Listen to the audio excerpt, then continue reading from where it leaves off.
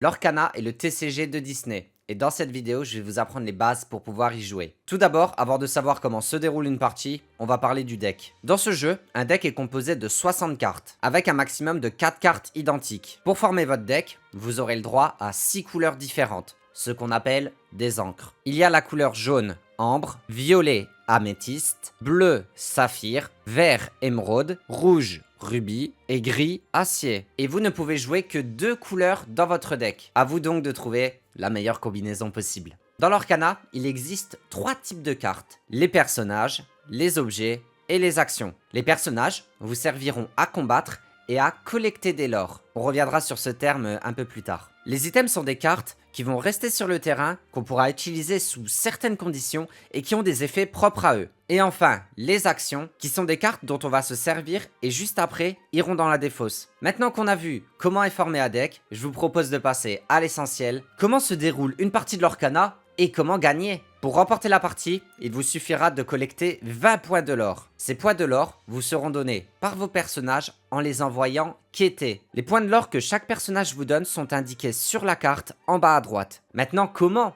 jouer nos cartes et collecter ces fameux points de lore? Au début de la partie, vous commencez avec 7 cartes en main. Vous avez d'ailleurs la possibilité de mulligan, c'est-à-dire remettre des cartes qui ne vous conviennent pas dans le deck et repiocher le même nombre. Le premier qui commence ne pioche pas. Chaque tour, vous avez la possibilité de mettre une carte dans votre zone encriée et c'est avec ces cartes que vous allez pouvoir jouer vos personnages, items ou sorts. Mais pas toutes les cartes ne peuvent être mises en zone encriée. Seulement les cartes avec un symbole autour de leur cou. Et une fois que vous avez suffisamment d'encre dans votre zone encriée pour jouer les cartes, il vous suffira d'engager. C'est-à-dire tourner votre carte pour pouvoir ainsi jouer votre personnage, votre item ou votre sort. Comme dit juste avant, le coût de la carte se situe en haut à gauche. Il y a un chiffre et c'est donc le chiffre d'encre que vous devrez engager pour pouvoir jouer cette carte. Maintenant parlons un peu des personnages une fois sur le terrain. Donc une fois sur le terrain, première chose, les personnages ont ce qu'on appelle un mal d'invocation. C'est-à-dire que quand elles rentrent en jeu, elles ne peuvent pas attaquer tout de suite. Il va falloir attendre le prochain tour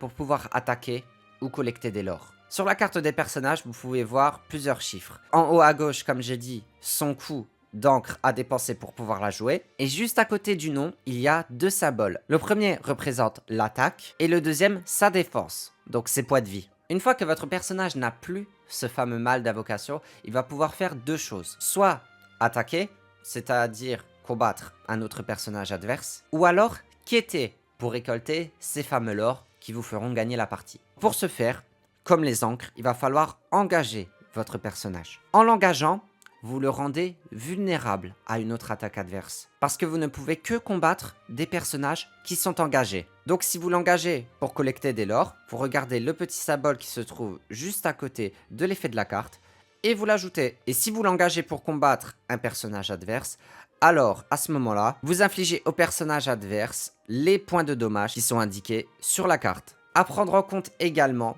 lors d'un combat, vous prenez aussi des dégâts. C'est-à-dire que l'attaque du personnage adverse, vous le prenez en dégâts sur votre personnage aussi. Et ces points de dégâts ne disparaissent pas. Ils resteront sur ce personnage jusqu'à ce qu'il soit envoyé à la défausse. Maintenant, concrètement, comment se passe un tour? Première des choses, au début du tour, redresser toutes les cartes. C'est-à-dire les personnages qui sont engagés, on les remet droit, également les encres, et juste après, on pioche une carte. Et à partir de là, on peut faire ce qu'on veut dans l'ordre qu'on veut. C'est-à-dire, on peut aller quêter avec des personnages pour collecter du lore, attaquer, ensuite mettre une carte de la main en zone encre, jouer une autre carte, peu importe. Il n'y a pas d'ordre précis dans les actions qu'on doit faire. Et ça, ainsi de suite, jusqu'à ce que l'un des 2 joueurs réussisse à collecter 20 points de lore pour gagner la partie. Donc voilà les amis, ce sont les règles de l'Orcana. J'ai essayé de faire au plus simple pour que tout le monde puisse comprendre. Bien sûr, vous vous en doutez, chaque carte a des effets qui peuvent un peu changer le déroulement d'une partie, mais on va pas rentrer en profondeur. Voilà, je voulais vraiment vous expliquer